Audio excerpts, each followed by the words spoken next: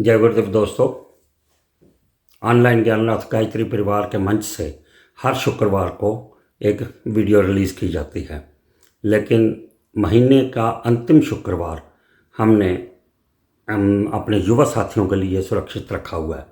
युवा साथियों को प्रेरित करना, प्रोत्साहित करना इस छोटे से परिवार का एक बहुत बड़ा उत्तरदायित्व है, कर्तव्य है, जिसको हम भली भांति अपने सहयोगियों के सहयोग से ही, अपने साथियों के सहयोग से पूर्ण किए जा रहे हैं। और इस सहयोग में हमारे युवा साथियों का बहुत ही बड़ा दायित्व है, बहुत ही बड़ा योगदान है, जिसके लिए हम उनको नमन करते हैं और हमेशा उनके आभारी रहेंगे कि इस भागदौड़ की दुनिया में, इस भागदौड़ की जीवन में वो भी हमारे साथ कंधे के साथ कंधा मिलाकर हमारे इस छोटे से परिवार में अपना योगदान देके इसको आगे ही आगे ले जाने का पुरुषार्थ कर रहे हैं और गुरुदेव के संदेशों को घर घर में पहुंचाने के लिए पूरी तरह कार्यरत हैं।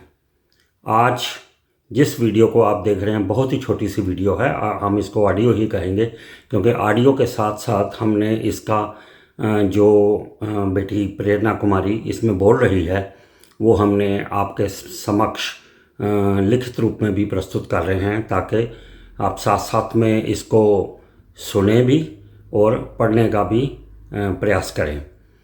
वीडियो बहुत ही छोटी है, लगभग 5-6 मिनट की वीडियो है, लेकिन इसमें संदेश बहुत ही बड़ा है। क्या संदेश है? संदेश ये है कि जहाँ हम अपने शरीर की सारा जीवन भर प्रयास करते रहते हैं, उसके पोषण का प्रयास करते रहते हैं, उसको ही पोषित करते रहते हैं, लेकिन उससे भी बड़ा पोषण हमारे मस्तिष्क का होना चाहिए। मानसिक पोषण बहुत ही ज़रूरी है। गुरुदेव की दिव्य पुस्तकों में से एक पुस्तक में से बेटी ने इसमें से लेके बहुत ही बड़ा कार्य किया है। आप इसको ध्यान से देखिए और बेटी को प्रोत्साहित करने के लिए इसको दूर दूर तक, इस वीडियो को दूर दूर तक शेयर कीजिए, ताकि युवा साथी जो हमारे देश की, हमारे परिवार की, हमारे इस मंच की बहुत बड़ी शक्ति हैं, उसको प्रोत्साहन मिल सके। वीडियो स्टार्ट करने से पहले, जब बेटी बोलना शुरू करेगी उससे पहले आप 2 मिनट के लिए गायत्री मंत्र का दिव्य मंत्र, गायत्री मंत्र इतना दिव्य मंत्र है कि उसको अगर 2 मिनट के लिए सुन लें तो आपकी बहुत बड़ी कृपा होगी। जय गुरुदेव। ओम भूर्भुवः स्वः तत्सवितुर्वरेण्यं भर्गो देवस्य धीमहि धियो यो नः प्रचोदयात्। ओम भूर्भुवः स्वः तत्सवितुर्वरेण्यं भर्गो देवस्य धीमहि धियो यो नः प्रचोदयात्। ओम भूर्भुवः स्वः तत्सवितुर्वरेण्यं भर्गो देवस्य धीमहि धियो यो नः प्रचोदयात्। ओम भूर्भुवः स्वः तत्सवितुर्वरेण्यं भर्गो देवस्य धीमहि धियो यो नः प्रचोदयात्।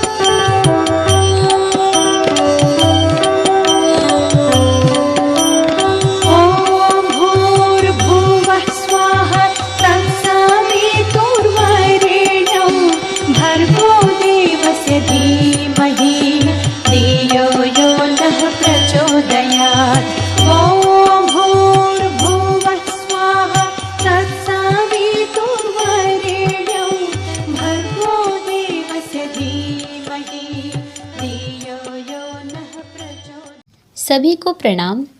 परम पूज्य गुरुदेव की लिखित पुस्तक जल्दी मरने की उतावली न करें कि कुछ संस्मरण मैं आप सबके समक्ष प्रस्तुत कर रही हूँ, जिसका शीर्षक है अक्षुण्ण स्वास्थ्य की धुरी, आहार नहीं चिंतन।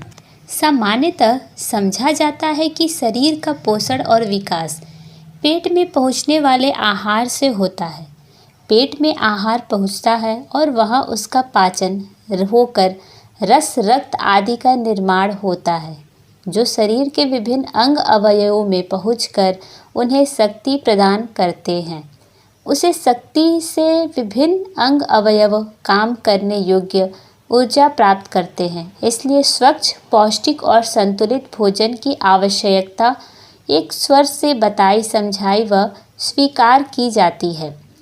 शरीर स्वस्थ रहे, इसके लिए निश्चित ही पौष्टिक भोजन का होना आवश्यक है, किंतु उससे भी अधिक है मानसिक स्थिति का संतुलित और सुचितर होना।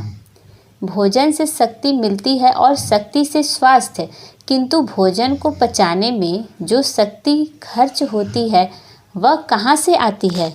भोजन को पचाने की शक्ति ही नहीं, शरीर के अन्य अंग अवयव को भी समुचित ढंग से सक्रिय और सुव्यवस्थित रखने के लिए आवश्यक शक्ति का स्रोत भी मस्तिष्क ही है। मस्तिष्क यदि अशांत है तो कितना ही अच्छा और पौष्टिक भोजन क्यों न मिल जाए, इससे कोई विशेष लाभ नहीं होता।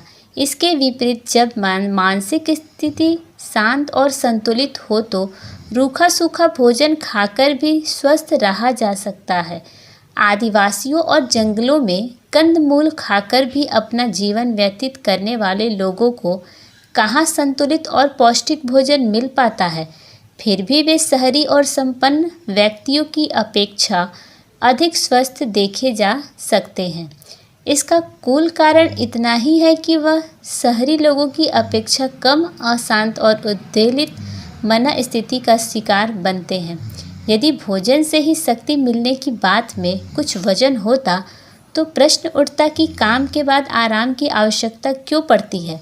जैसे ही थकान चढ़ती है वैसे ही कुछ खा पीकर काम चला लिया जाता, किंतु सोना हर स्थिति में आवश्यक और उपयोगी होता है, क्योंकि इससे मस्तिष्क को आराम मिलता है।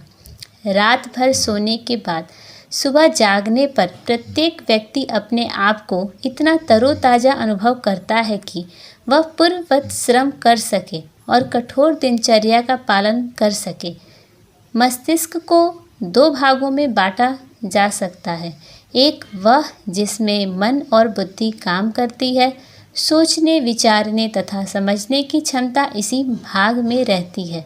दूसरा भाग वह है जिसमें आदतें संग्रहित रहती हैं और वहाँ से शरीर के क्रियाकलापों का निर्धारण किया जाता है। मनुष्य ही है जो मानसिक असंतुलन उत्पन्न करता और उनके विक्षोभों के फलस्वरूप शरीर के विभिन्न अवयवों की सामान्य कार्य पद्धति में अवरोध उत्पन्न करता है। फलतः बीमारियां उसे घेरती हैं। भले या बुरे विचार अपना प्रभाव धीरे धीरे मनुष्य की मन स्थिति पर छोड़ते छोड़ते स्थायी रूप धारण कर लेते हैं, जिससे उनके ही अनुरूप मन का स्थायी निर्माण होता है। सद्विचारों से जहाँ शारीरिक मानसिक कार्य क्षमता की वृद्धि होती है, उसके विपरीत कुविचारों का दुष्परिणाम यह होता है कि रक्तचाप, मधुमेह, अपच, नपुंसकता आदि रोग प्रकट होने लगते हैं। इस वर्ग के रोगों को मानस रोगों की श्रेणी में रखा जा सकता है। स्वास्थ्य समस्या का वास्तविक समाधान खोजने वाले रोगियों, विचारकों को एवं चिकित्सकों को इस तथ्य को समझना होगा कि आरोग्य का स्थिर रहना एवं गड़बड़ाना अधिकतर मानसिक संतुलन पर निर्भर रहता है। अवांछनीय चिंतन से बचकर हल्की फुल्की जिंदगी जीने की नीति पसंद की जा सके तो भयावह नज़र आती स्वास्थ्य की समस्या को सरलतापूर्वक सुलझाया जा सकता है। ओम शांति। धन्यवाद।